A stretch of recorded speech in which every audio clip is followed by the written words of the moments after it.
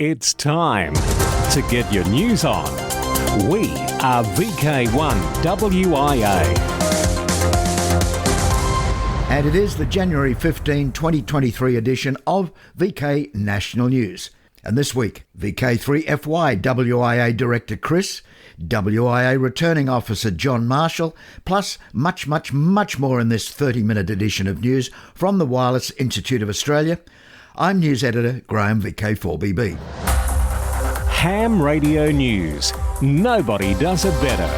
We are VK1WIA. So the nominations are in, and John Marshall has crunched the numbers. And I wish to make a declaration of election of directors for 2023.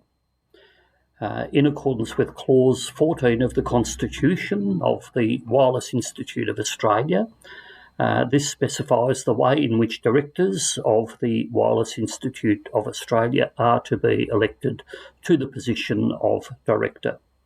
4 directors retire at the conclusion of the next annual general meeting, namely Scott Williams, VK3KJ, Peter Clee, VK8ZZ, Peter Kelly, VK2GPK, and Peter Schrader, VK4EA. Each retiring director was eligible for re-nomination. A call for nominations for the position of Director of the WIA, the Wireless Institute of Australia, was made in the WIA News, National News Broadcast, and the Amateur Radio magazine in accordance with the election regulations. I advise that I have received 4 valid nominations from WIA members for the position as Director of the WIA for the next 2 years by the advertised closing date for nominations.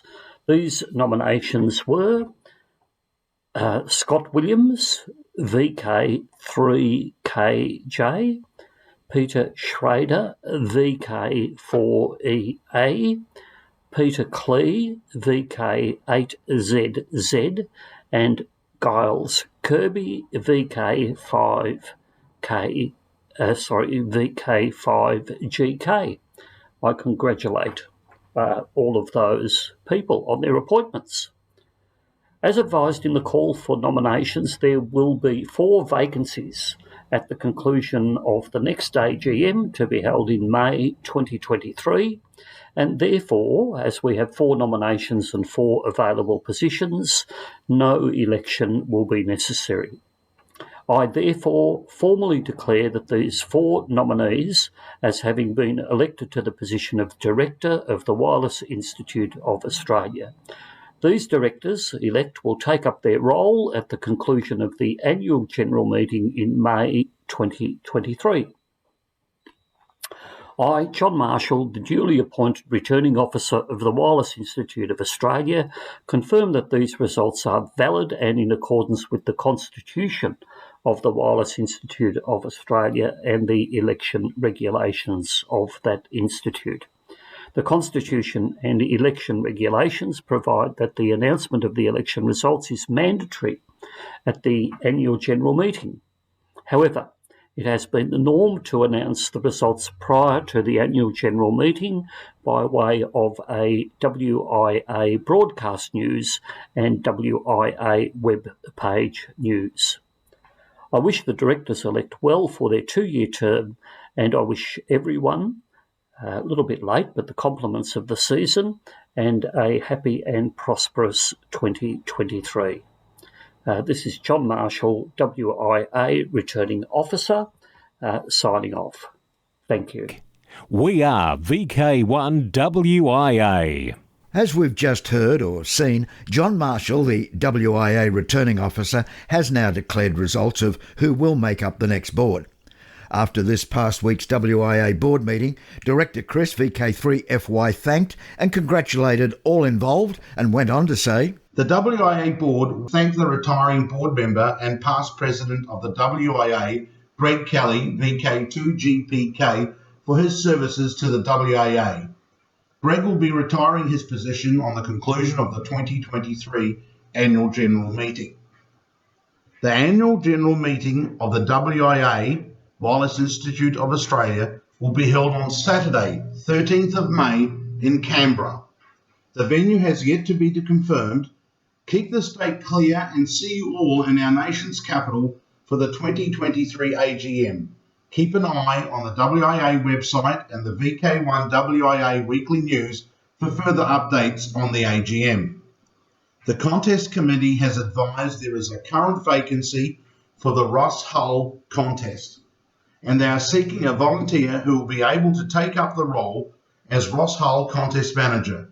Should you be interested in taking up this role, please contact the WIA head office via the national office at wia.org.au email. This has been Chris, VK3FY, wishing you a great weekend on behalf of the WA board for the VK1 Weekly News broadcast. We are VK1WIA. Now, operational news with VK4FUQ. Felix. Hello there. WRTC 2023 Award, January, headsets on. WRTC Organising Committee is running a 2023 edition of the WRTC 2023 Award. This is not the WRTC 2022 contest that was held in Bologna in July this year, but is a WRTC 2023 award for anybody who wants to have fun in radio chasing and looking for WRTC special event stations all over the world, and promoting the real WRTC 2022 event, to be held, as I said, in July 2023. Here in Region 3, listen out for event station 8V0RARI QRV during the 2023 WRTC 2023 special event. That one from Indonesia. And ZL6 WRTC is QRV during the 2023 WRTC 2023 special event from New Zealand. From up in China, listen for BY1CRA/WRTC. Now, contest-wise 2023. We have reached the halfway point in that marathon of contests, the Ross Hull Memorial VHF-UHF DX contest, which runs every day in January each year. Entrants may operate on every contest day, but the final score is based on the best 7 days nominated by the entrant. For amateurs with limited operating time, there is a best 2 days section. 14-15 January Summer VHF-UHF Field Day is, of course, this weekend. 26th of January Australia Day contest. This contest is to encourage amateur radio activity around the world and is designed to encourage friendly participation and help improve the operating skills of participants. Amateurs in VK will endeavour to contact other amateurs around the world. VK amateurs can use the AX prefix as they celebrate Australia Day. March 18-19, the third weekend, John Moyle Field Day. DX window. Bouvet. The 3Y0J DX expedition heading for Bouvet Island is on its way, a 44-day trip with 22 days to be spent on the island. They will have a dozen stations that can be operated simultaneously, made up of 8 CW and SSB stations, plus 4 operating on FT8. Full details of this long-awaited expedition are on 3Y0I.no. Germany. The special call sign DB100 RDF is on the air to mark 100 years of broadcasting in Germany. This commemorates the fact that the first official radio entertainment in Germany went on the air on the 29th of October 1923. QSL direct to DO2PZ or via the QSL Bureau. Britain. British Railways Amateur Radio Society are marking the 55 years since the withdrawal of steam from the British Railway service in 1968. The call signs in use during the year will be Special Event Station GB0LMR and Club call sign GX4LMR. The station will be active from Preston and mainly operated by British Railways Amateur Radio Society member Mark G1PIE. QSL via the Bureau and EQSL. France. Special Event Station TM80NT is QRV until today, Sunday, January 15. To commemorate the 80th anniversary of the death of inventor, engineer and futurist Nikola Tesla. QSL via F8 GGZ. For VK1WIA National News, I'm Felix, VK4FUQ Inningham. From here, there and everywhere, you've tuned to the Wireless Institute of Australia's national news service. We are VK1WIA. Now, international news with VK2LAW Jason. Hello, leading this week's international news ITU WRC 23 booklet. The International Telecommunication Union WRC 23 booklet can now be downloaded in all 6 languages of the ITU from itu.int. The booklet provides easy access to the WRC 23 agenda as well as to the pertinent resolutions referenced therein. New smartphone models gain satellite access. In this new year, satphone users and amateur radio operators won't be the only ones who can bounce radio signals off satellites. AR Newslines say some smartphones are gaining a new capability this year, direct satellite access. Text messaging that uses satellite communications will be possible for some consumers using Huawei and Apple devices. While Apple and Huawei expect to use older satellites that are already in orbit by putting new chips in their flagship handsets, new low Earth orbit satellite networks are also being built. Those are in the works from startup companies Link Global and AST Space Mobile, which hope to provide service to 5G phones in areas without terrestrial coverage. Observers note that this satellite functionality on smartphones will not include the ability to make phone calls or to stream data, but its added capacity of texting will provide another means of calling for help in an emergency in regions where the caller has a clear view to the sky. Working in partnership with Globalstar, Apple devices have offered a service called Emergency SOS via satellite since last November. Huawei, however, have not yet announced the date of rollout.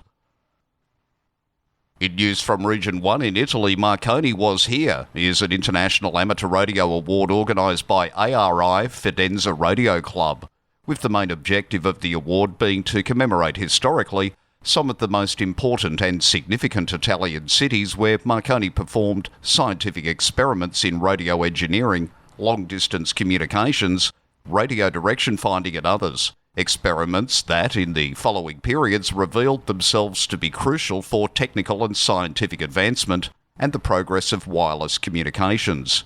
The award period lasts the whole of this year.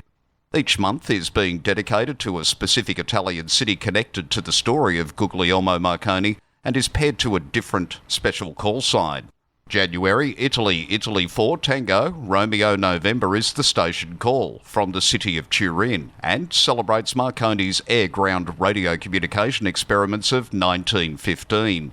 Further details, special call signs and award rules can be found on the ARI Fidenza Radio Club website. To news from Region 2, Hollywood, USA. Audio Engineering Society to receive Technical Grammy Award. The Recording Academy, announcing its Special Merit Awards recipients, has said the Audio Engineering Society is to receive a Technical Grammy Award during its Grammy Week celebration this February. Special Merit Awards are presented to individuals and/or companies, organisations and institutions who have made contributions of outstanding technical significance to the recording field.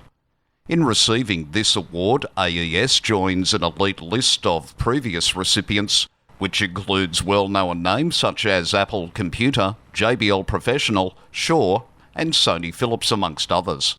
The Audio Engineering Society is the only professional society devoted exclusively to advancing audio technology, founded in 1948 with the key goals of collecting, collating and disseminating knowledge of audio science and its application. AES facilitates communication and collaboration that unites audio engineers, creative artists, scientists and students with hundreds of local sections worldwide.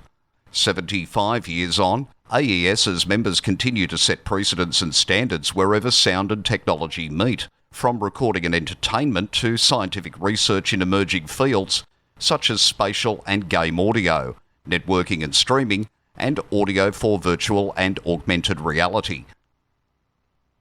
In news from Cuba, Cuban radio broadcaster, journalist and DXer Arnaldo de Jesus Coro Antich, known to listeners as Arnie Coro, passed away early January 8, aged 80. He was well known for his twice-weekly program DX's Unlimited on Radio Havana, Cuba, Cuba's English-language shortwave service. His amateur call sign was Charlie Oscar 2, Kilo Kilo.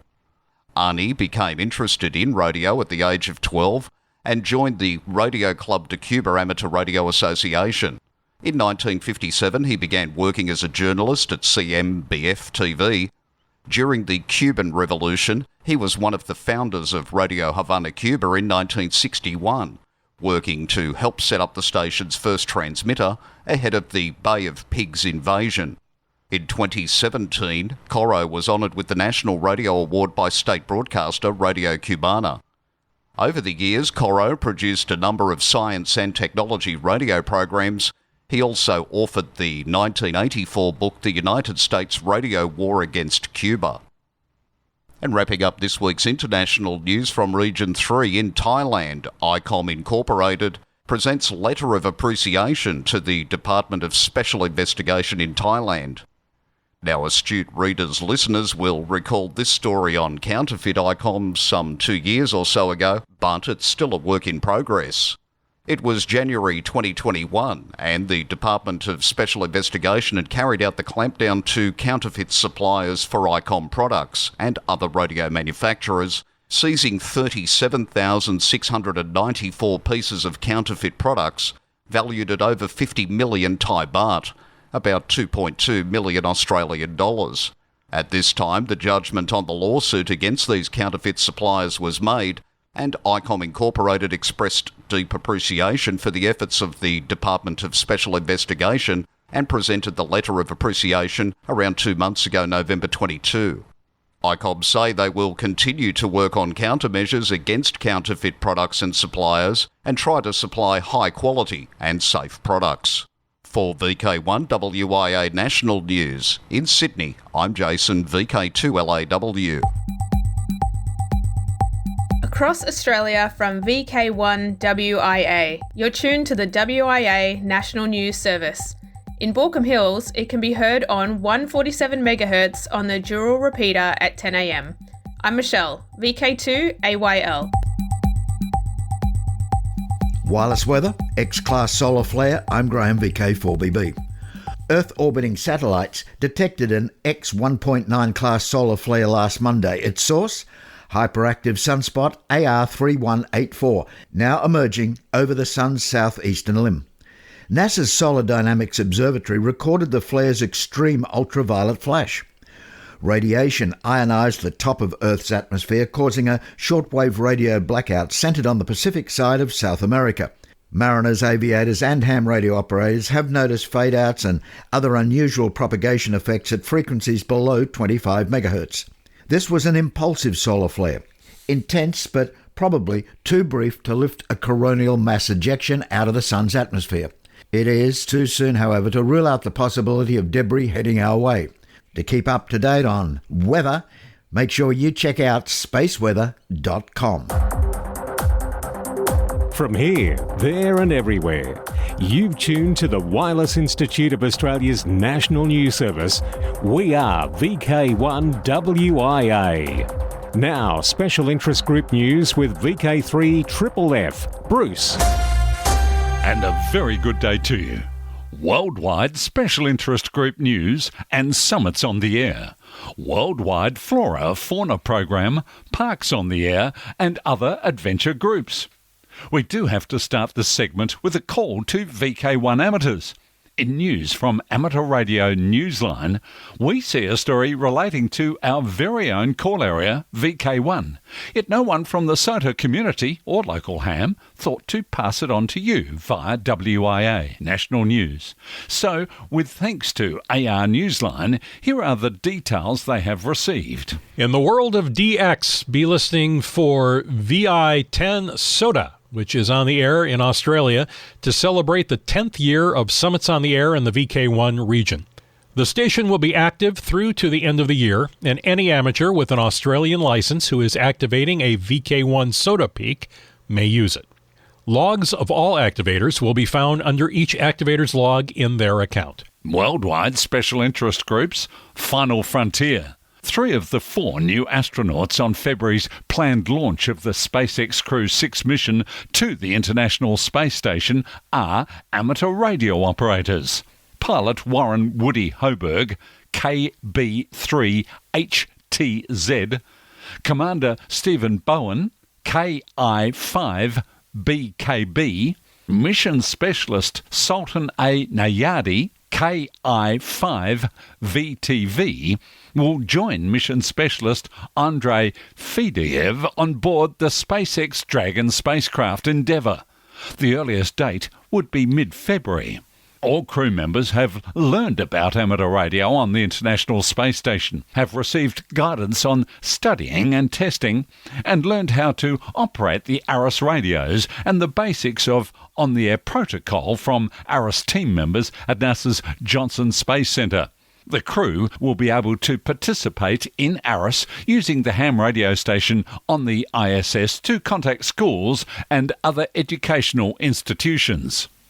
China's first Mars rover and Tianwen-1 orbiter may have gone silent. Something may have gone very wrong for China's first ever Mars mission. China launched Tianwen-1 in July 2020 and the mission's rover, named Zhurong, touched down on the Red Planet in May 2021. The duo explored Mars smoothly until May 2022 when Zhurong was put into hibernation, hunkering down for the harsh winter. But the rover may not have exited hibernation as expected, according to reports from Space News, which cite reporting from the South China Morning Post in Hong Kong that Zhurong was expected to wake up in December and hasn't called home yet. And simultaneously, the Tianwen-1 Mars orbiter appears to be experiencing a communications glitch. It's unknown what the issues might be, but most likely the sandstorms have seriously weakened Zhurong's capability to use its solar panels to generate power. Tianwen-1 orbiter serves as a communications relay for the rover. A Beijing-based source said ground control had encountered difficulty when downloading the latest data from the orbiting probe. Amateur radio operators have even observed that Tianwen-1 ground stations appear to have stopped attempting to make contact with the orbiter. China's space agency has yet to comment on the issues with Zhurong and Tianwen-1. Worldwide special interest groups, 5 MHz. The 5 MHz newsletter. A map of the world of 5 MHz shows that 85 countries now have 60 metres band allocations, a success story chronicled by the 5 MHz newsletter since its first publication in autumn 2011. The latest newsletter has articles about activities on the 60 metre band in Malaysia, South Africa, United States, Samoa, and a new allocation in Ireland. The archived and the latest issue of the 5 MHz newsletter can be found on Wikipedia under 60 metre band. Worldwide special interest groups, IOTA, AF008 Crozet Island.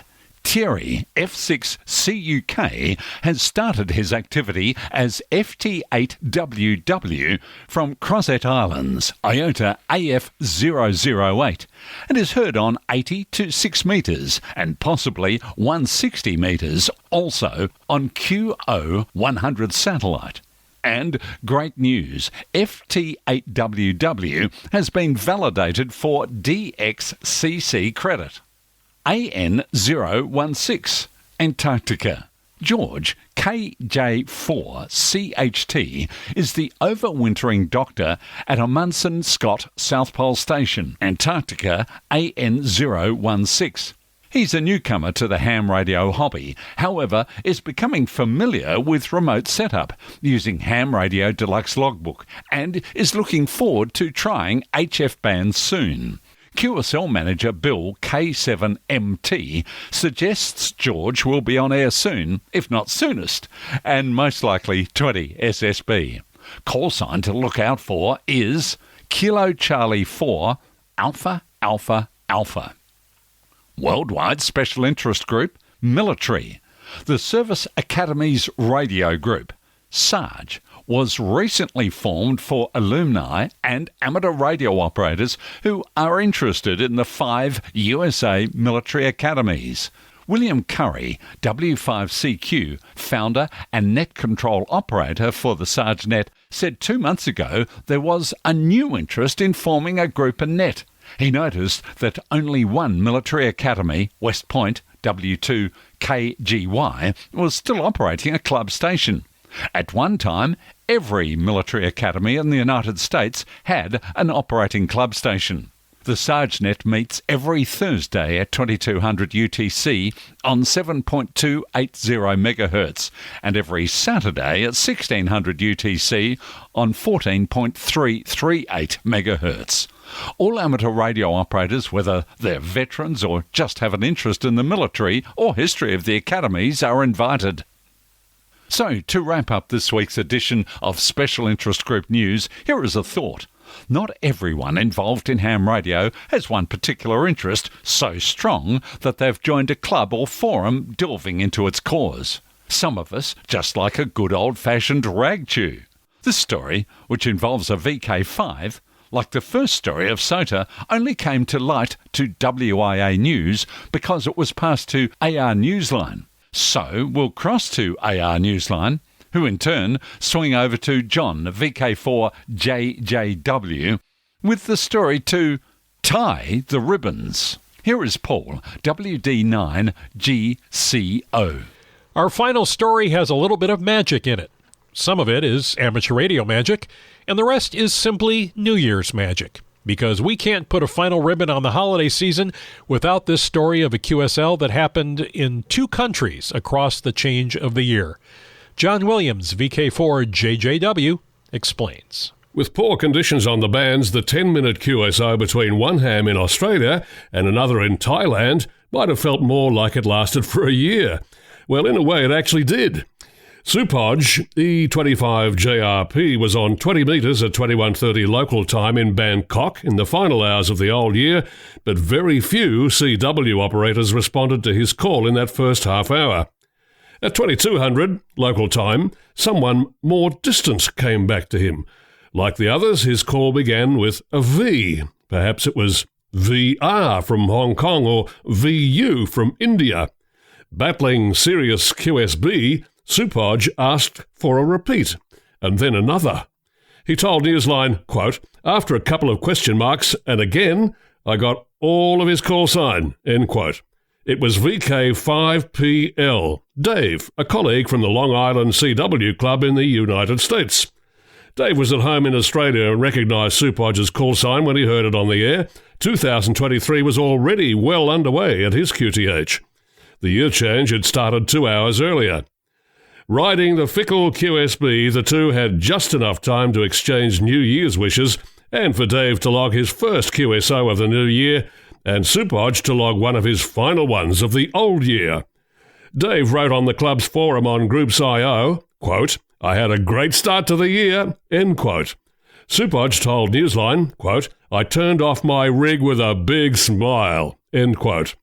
Now, of course, with everyone properly settled into 2023, the only thing that needs to get in sync are those band conditions.